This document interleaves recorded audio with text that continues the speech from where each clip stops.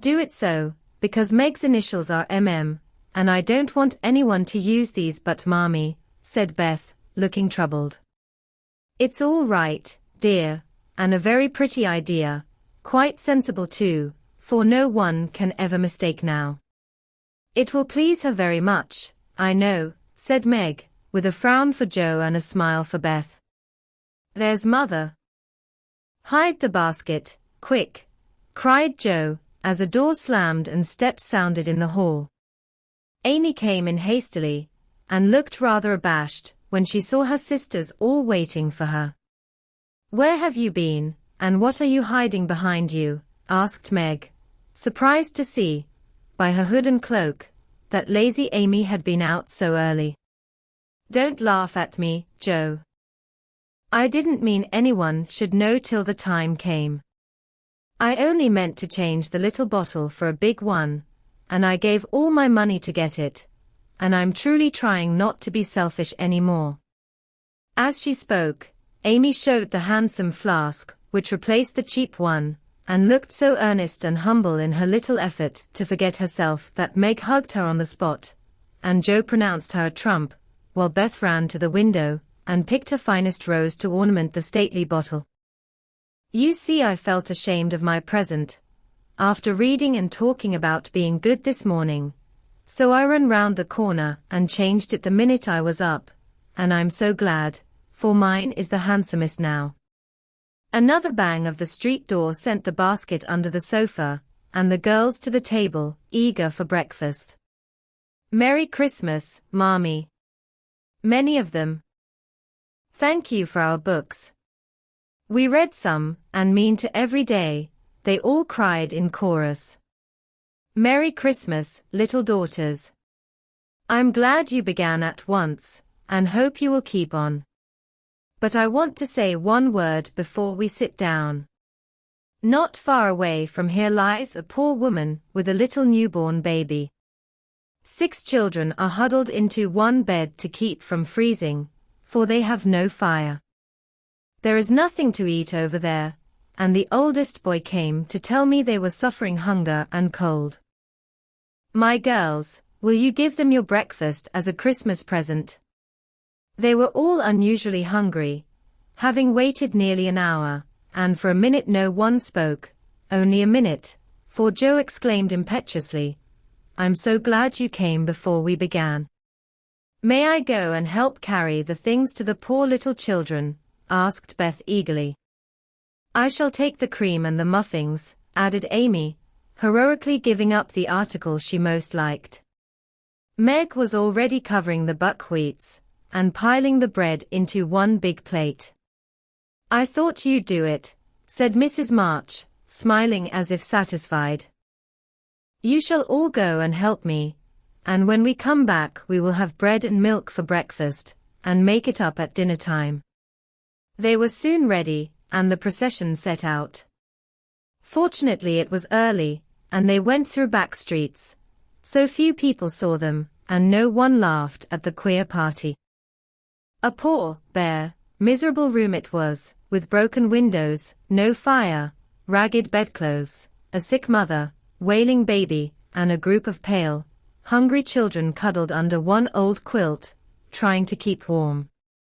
How the big eyes stared and the blue lips smiled as the girls went in. Ach, mein Gott! It is good angels come to us, said the poor woman, crying for joy. Funny angels in hoods and mittens, said Joe, and set them to laughing. In a few minutes it really did seem as if kind spirits had been at work there. Hannah, who had carried wood, made a fire, and stopped up the broken panes with old hats and her own cloak. Mrs. March gave the mother tea and gruel, and comforted her with promises of help, while she dressed the little baby as tenderly as if it had been her own. The girls meantime spread the table, set the children round the fire, and fed them like so many hungry birds, laughing, talking, and trying to understand the funny broken English. Das ist gut. Die Engelkinder, cried the poor things as they ate and warmed their purple hands at the comfortable blaze. The girls had never been called angel children before, and thought it very agreeable, especially Jo, who had been considered a Sancho ever since she was born. That was a very happy breakfast, though they didn't get any of it. And when they went away, leaving comfort behind, I think there were not in all the city 4 merrier people than the hungry little girls who gave away their breakfasts, and contented themselves with bread and milk on Christmas morning. That's loving our neighbor better than ourselves, and I like it, said Meg, as they set out their presents while their mother was upstairs collecting clothes for the poor Hummels. Not a very splendid show, but there was a great deal of love done up in the few little bundles, and the tall vase of red roses, white chrysanthemums, and trailing vines, which stood in the middle, gave quite an elegant air to the table. She's coming. Strike up, Beth. Open the door, Amy. 3 cheers for Mommy, cried Jo, prancing about while Meg went to conduct Mother to the seat of honor. Beth played her gayest march, Amy threw open the door, and Meg enacted escort with great dignity. Mrs. March was both surprised and touched, and smiled with her eyes full as she examined her presents and read the little notes which accompanied them. The slippers went on at once, a new handkerchief was slipped into her pocket, well scented with Amy's cologne, the rose was fastened in her bosom, and the nice gloves were pronounced a perfect fit. There was a good deal of laughing and kissing and explaining, in the simple, loving fashion, which makes these home festivals so pleasant at the time, so sweet to remember long afterward, and then all fell to work. The morning charities and ceremonies took so much time, that the rest of the day was devoted to preparations for the evening festivities. Being still too young to go often to the theatre, and not rich enough to afford any great outlay for private performances, the girls put their wits to work, and necessity being the mother of invention, made whatever they needed. Very clever were some of their productions: pasteboard guitars, antique lamps made of old-fashioned butter boats covered with silver paper, gorgeous robes of old cotton, glittering with tin spangles from a pickle factory, an armor covered with the same useful diamond-shaped bits left in sheets when the lids of preserve pots were cut out. The big chamber was the scene of many innocent revels.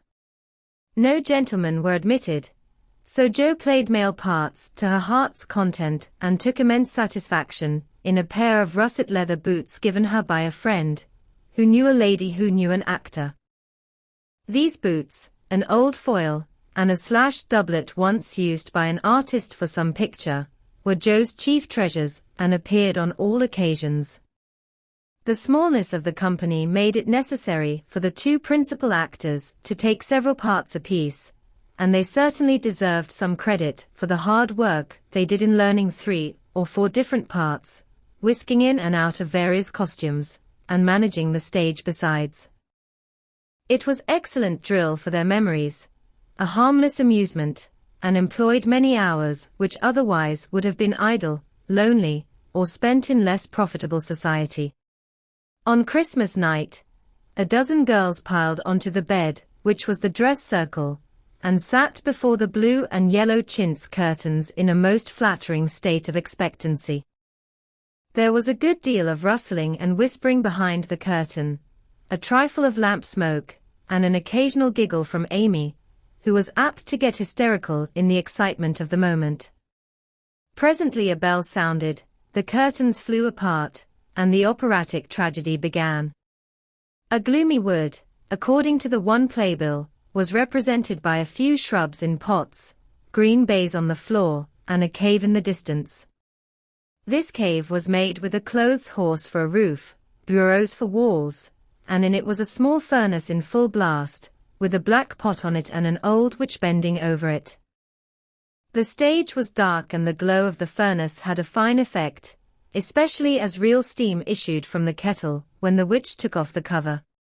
A moment was allowed for the first thrill to subside, then Hugo, the villain, stalked in with a clanking sword at his side, a slouching hat, black beard, mysterious cloak, and the boots. After pacing to and fro in much agitation, he struck his forehead, and burst out in a wild strain, singing of his hatred for Roderigo, his love for Zara, and his pleasing resolution to kill the one and win the other. The gruff tones of Hugo's voice, with an occasional shout, when his feelings overcame him, were very impressive, and the audience applauded the moment he paused for breath. Bowing with the air of one accustomed to public praise, he stole to the cavern and ordered Hagar to come forth with a commanding, "What ho, minion! I need thee." Out came Meg, with grey horsehair hanging about her face, a red and black robe, a staff, and cabalistic signs upon her cloak. Hugo demanded a potion to make Zara adore him, and one to destroy Roderigo.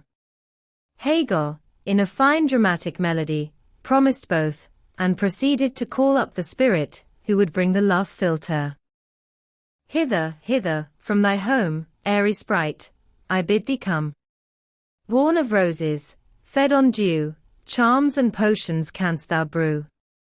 Bring me here, with elfin speed, the fragrant philtre which I need. Make it sweet and swift and strong, spirit, answer now my song."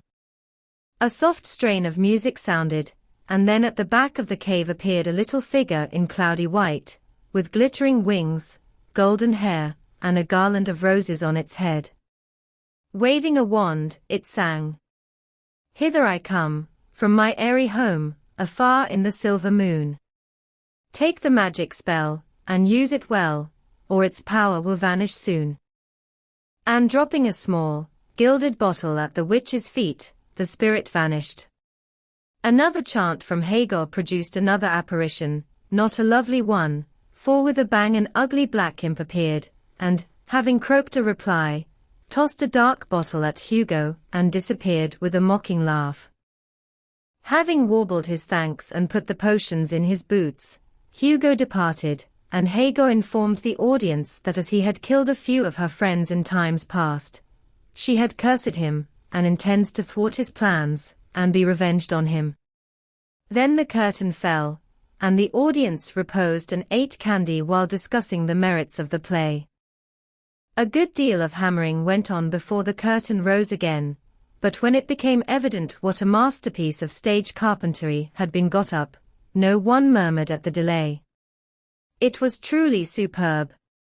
A tower rose to the ceiling, halfway up appeared a window with a lamp burning in it, and behind the white curtain appeared Zara, in a lovely blue and silver dress, waiting for Roderigo. He came in gorgeous array, with plumed cap, red cloak, chestnut lovelocks, a guitar and the boots of course. Kneeling at the foot of the tower, he sang a serenade in melting tones. Zara replied and, after a musical dialogue, consented to fly. Then came the grand effect of the play. Roderigo produced a rope ladder, with 5 steps to it, threw up one end, and invited Zara to descend. Timidly she crept from her lattice, put her hand on Roderigo's shoulder, and was about to leap gracefully down when alas! Alas for Zara, she forgot her train. It caught in the window, the tower tottered, leaned forward, fell with a crash, and buried the unhappy lovers in the ruins. A universal shriek arose as the russet boots waved wildly from the wreck and a golden head emerged, exclaiming, "I told you so! I told you so!" With wonderful presence of mind, Don Pedro, the cruel sire, rushed in, dragged out his daughter, with a hasty aside. "Don't laugh. Act as if it was all right," and, ordering Roderigo up, banished him from the kingdom with wrath and scorn. Though decidedly shaken by the fall from the tower upon him, Roderigo defied the old gentleman and refused to stir. This dauntless example fired Zara. She also defied her sire, and he ordered them both to the deepest dungeons of the castle. A stout little retainer came in with chains and led them away, looking very much frightened and evidently forgetting the speech he ought to have made. Act third was the castle hall, and here Hagar appeared, having come to free the lovers and finish Hugo. She hears him coming and hides, sees him put the potions into 2 cups of wine, and bid the timid little servant bear them to the captives in their cells, and tell them I shall come anon. The servant takes Hugo aside to tell him something, and Hagar changes the cups for 2 others which are harmless. Ferdinando, the minion, carries them away, and Hagar puts back the cup which holds the poison meant for Roderigo.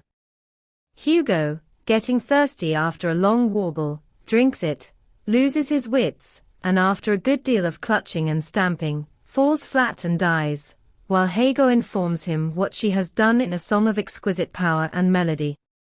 This was a truly thrilling scene, though some persons might have thought that the sudden tumbling down of a quantity of long red hair rather marred the effect of the villain's death.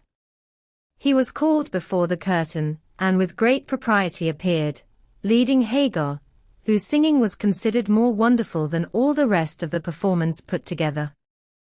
Act 4 displayed the despairing Roderigo on the point of stabbing himself, because he has been told that Zara has deserted him.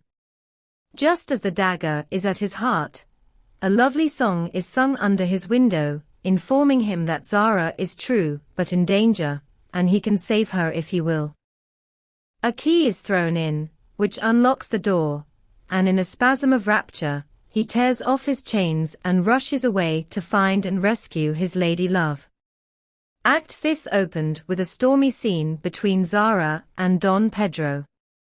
He wishes her to go into a convent, but she won't hear of it, and after a touching appeal, is about to faint when Roderigo dashes in and demands her hand. Don Pedro refuses, because he is not rich. They shout and gesticulate tremendously, but cannot agree, and Roderigo is about to bear away the exhausted Zara, when the timid servant enters with a letter and a bag from Hagar, who has mysteriously disappeared. The latter informs the party that she bequeaths untold wealth to the young pair, and an awful doom to Don Pedro, if he doesn't make them happy. The bag is opened, and several quarts of tin money shower down upon the stage till it is quite glorified with the glitter. This entirely softens the stern sire. He consents without a murmur, all join in a joyful chorus, and the curtain falls upon the lovers kneeling to receive Don Pedro's blessing in attitudes of the most romantic grace. Tumultuous applause followed but received an unexpected check, for the cot bed, on which the dress circle was built, suddenly shut up, and extinguished the enthusiastic audience. Roderigo and Don Pedro flew to the rescue, and all were taken out unhurt, though many were speechless with laughter. The excitement had hardly subsided when Hannah appeared, with Mrs. March's compliments, and would the ladies walk down to supper. This was a surprise even to the actors, and when they saw the table, they looked at one another in rapturous amazement. It was like Mammy to get up a little treat for them, but anything so fine as this was unheard of since the departed days of plenty. There was ice cream, actually 2 dishes of it, pink and white, and cake and fruit and distracting French bonbons, and in the middle of the table, 4 great bouquets of hothouse flowers. It quite took their breath away, and they stared first at the table and then at their mother, who looked as if she enjoyed it immensely. "Is it fairies?" asked Amy. "Santa Claus," said Beth. "Mother did it." And Meg smiled her sweetest, in spite of her grey beard and white eyebrows. "Aunt March had a good fit and sent the supper," cried Joe, with a sudden inspiration. "All wrong. Old Mr. Lawrence sent it," replied Mrs. March. "The Lawrence boy's grandfather. What in the world put such a thing into his head?" "We don't know him," exclaimed Meg. "Hannah told one of his servants about your breakfast party. He is an odd old gentleman, but that pleased him. He knew my father years ago, and he sent me a polite note this afternoon, saying he hoped I would allow him to express his friendly feeling toward my children by sending them a few trifles in honor of the day. I could not refuse, and so you have a little feast at night to make up for the bread and milk breakfast. That boy put it into his head. I know he did. He's a capital fellow, and I wish we could get acquainted. He looks as if he'd like to know us, but is bashful, and Meg is so prim she won't let me speak to him when we pass, said Joe, as the plates went round, and the ice began to melt out of sight, with ohs and ahs of satisfaction. You mean the people who live in the big house next door, don't you? Asked one of the girls. My mother knows old Mr. Lawrence, but says he's very proud and doesn't like to mix with his neighbors. He keeps his grandson shut up when he isn't riding or walking with his tutor, and makes him study very hard. We invited him to our party, but he didn't come. Mother says he's very nice, though he never speaks to us girls.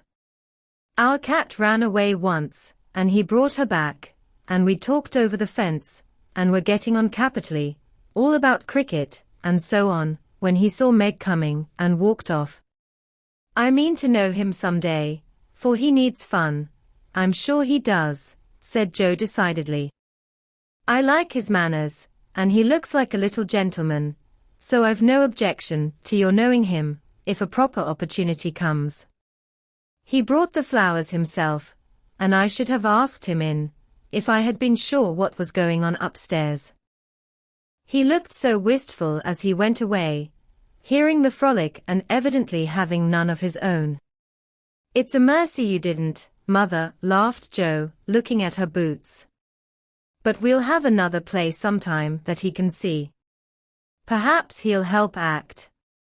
Wouldn't that be jolly? I never had such a fine bouquet before. How pretty it is. And Meg examined her flowers with great interest. They are lovely. But Beth's roses are sweeter to me, said Mrs. March, smelling the half-dead posy in her belt. Beth nestled up to her, and whispered softly, I wish I could send my bunch to Father.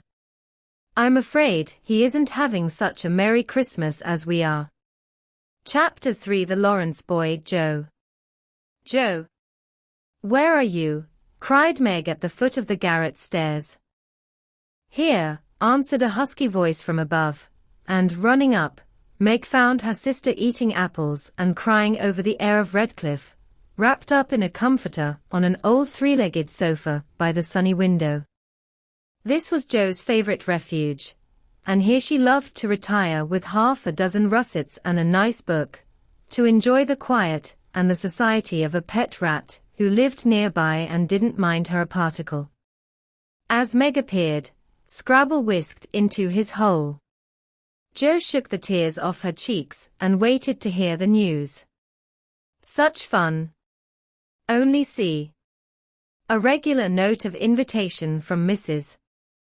Gardner for tomorrow night, cried Meg, waving the precious paper, and then proceeding to read it with girlish delight.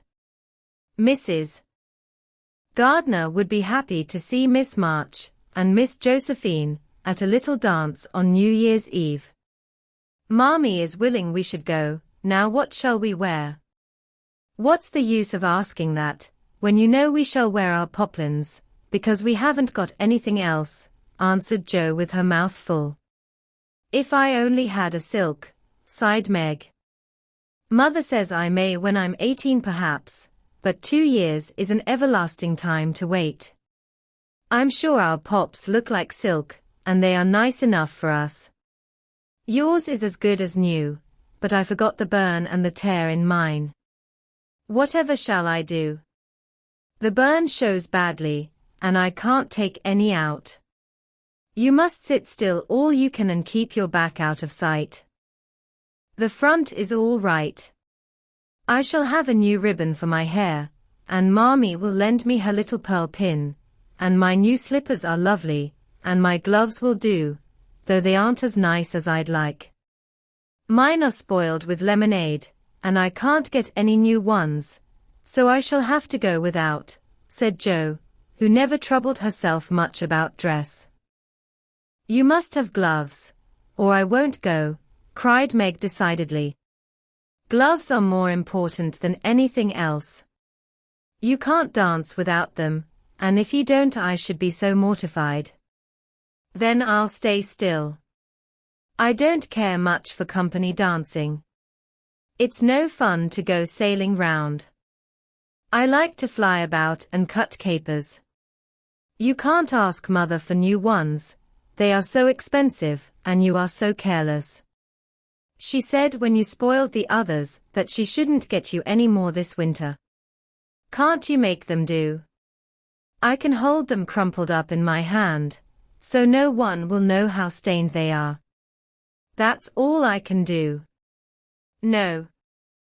I'll tell you how we can manage, each wear one good one and carry a bad one.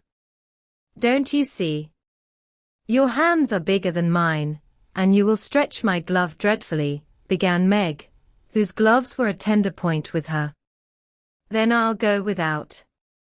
I don't care what people say, cried Jo, taking up her book. You may have it, you may. Only don't stain it, and do behave nicely.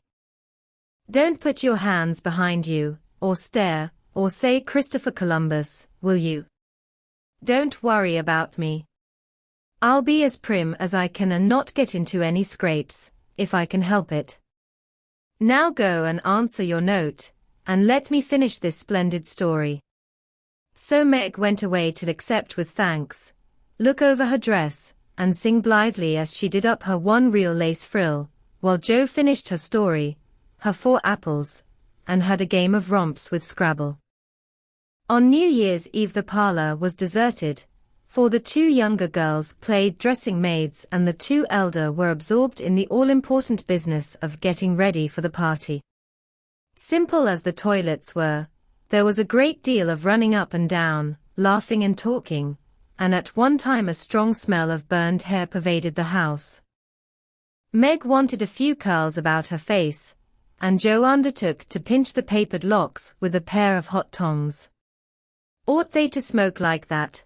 Asked Beth from her perch on the bed. It's the dampness drying, replied Jo. What a queer smell. It's like burned feathers, observed Amy, smoothing her own pretty curls with a superior air. There, now I'll take off the papers and you'll see a cloud of little ringlets, said Jo, putting down the tongs. She did take off the papers, but no cloud of ringlets appeared, for the hair came with the papers, and the horrified hairdresser laid a row of little scorched bundles on the bureau before her victim. Oh, oh, oh. What have you done? I'm spoiled. I can't go. My hair, oh, my hair, wailed Meg, looking with despair at the uneven frizzle on her forehead. Just my luck. You shouldn't have asked me to do it. I always spoil everything. I'm so sorry, but the tongs were too hot, and so I've made a mess, groaned poor Jo, regarding the little black pancakes with tears of regret. It isn't spoiled. Just frizzle it, and tie your ribbon so the ends come on your forehead a bit, and it will look like the last fashion. I've seen many girls do it so, said Amy consolingly.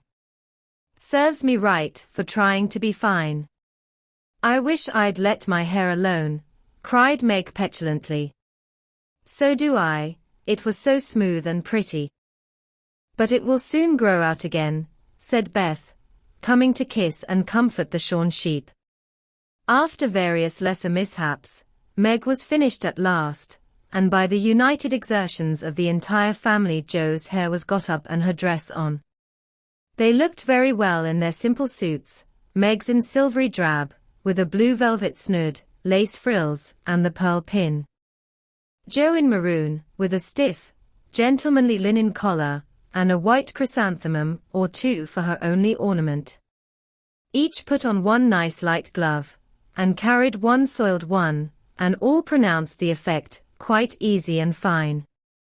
Meg's high-heeled slippers were very tight and hurt her, though she would not own it, and Jo's 19 hairpins all seemed stuck straight into her head, which was not exactly comfortable, but, dear me, let us be elegant or die.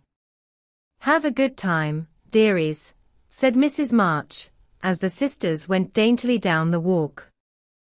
Don't eat much supper, and come away at 11 when I send Hannah for you. As the gate clashed behind them, a voice cried from a window. Girls, girls. Have you both got nice pocket handkerchiefs? Yes, yes, Spandy nice, and Meg has cologne on hers, cried Joe, adding with a laugh as they went on, I do believe Marmee would ask that if we were all running away from an earthquake. It is one of her aristocratic tastes, and quite proper, for a real lady is always known by neat boots, gloves, and handkerchief, replied Meg, who had a good many little aristocratic tastes of her own. Now don't forget to keep the bad breath out of sight, Joe. Is my sash right? And does my hair look very bad? Said Meg, as she turned from the glass in Mrs. Gardner's dressing room after a prolonged prink. I know I shall forget. If you see me doing anything wrong, just remind me by a wink, will you? Returned Joe, giving her collar a twitch and her head a hasty brush. No, winking isn't ladylike. I'll lift my eyebrows if anything is wrong, and nod if you are all right. Now hold your shoulders straight, and take short steps, and don't shake hands if you are introduced to anyone. It isn't the thing. How do you learn all the proper ways? I never can. Isn't that music gay? Down they went, feeling a trifle timid, for they seldom went to parties, and informal as this little gathering was, it was an event to them. Mrs. Gardner, a stately old lady, greeted them kindly and handed them over to the eldest of her 6 daughters. Meg knew Sally and was at her ease very soon, but Joe, who didn't care much for girls or girlish gossip, stood about, with her back carefully against the wall, and felt as much out of place as a colt in a flower garden.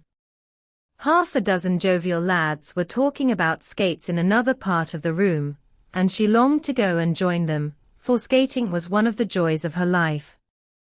She telegraphed her wish to Meg, but the eyebrows went up so alarmingly that she dared not stir. No one came to talk to her, and one by one the group dwindled away till she was left alone. She could not roam about and amuse herself, for the burned breath would show, so she stared at people rather forlornly till the dancing began. Meg was asked at once, and the tight slippers tripped about so briskly that none would have guessed the pain their wearer suffered smilingly. Joe saw a big red-headed youth approaching her corner, and fearing he meant to engage her, she slipped into a curtained recess, intending to peep and enjoy herself in peace.